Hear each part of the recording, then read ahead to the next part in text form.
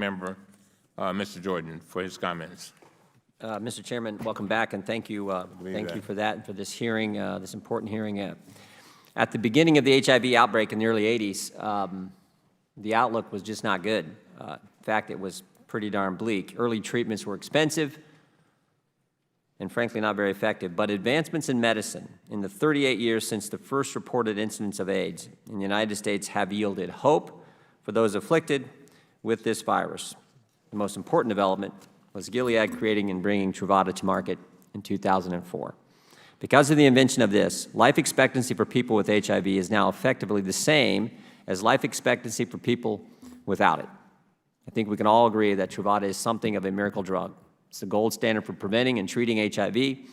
Gilead's invention has been literally life-saving. Gilead, of course, made money based on its invention.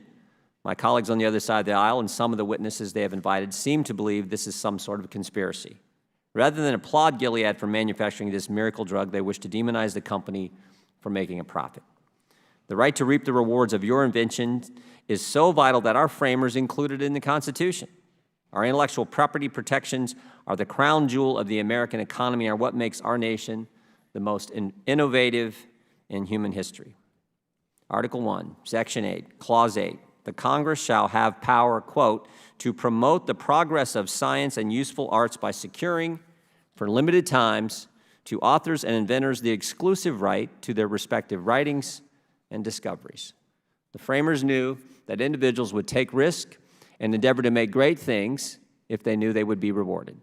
Some would have you believe that Gilead did not invent this drug or discover its uses, and that the federal government has equities here for which the company is not accounting.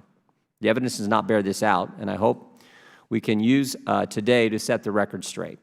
I fear that my colleagues are using today's hearing as a platform to strong-arm private companies making breakthrough discoveries, all because they are upset at how markets work. The reality is that while Gilead has made money on this drug, there do not seem to be genuine issues of access, and that is largely due, as the Chairman talked about, to progress made by efforts of the Trump administration. The State of the Union address this year, President Trump announced his administration's initiative to eliminate new HIV infections in the U.S. within 10 years. This would be a remarkable breakthrough for public health. And to that end, just last week, HHS announced that as a result of discussions between the Trump administration and Gilead, the company agreed to donate 2.4 million vials of its PrEP medication annually to the CDC for distribution to treat individuals who are at risk and uninsured. The company has also agreed, though it was under no obligation to do so, to allow generics to enter the market a year earlier to further help provide access.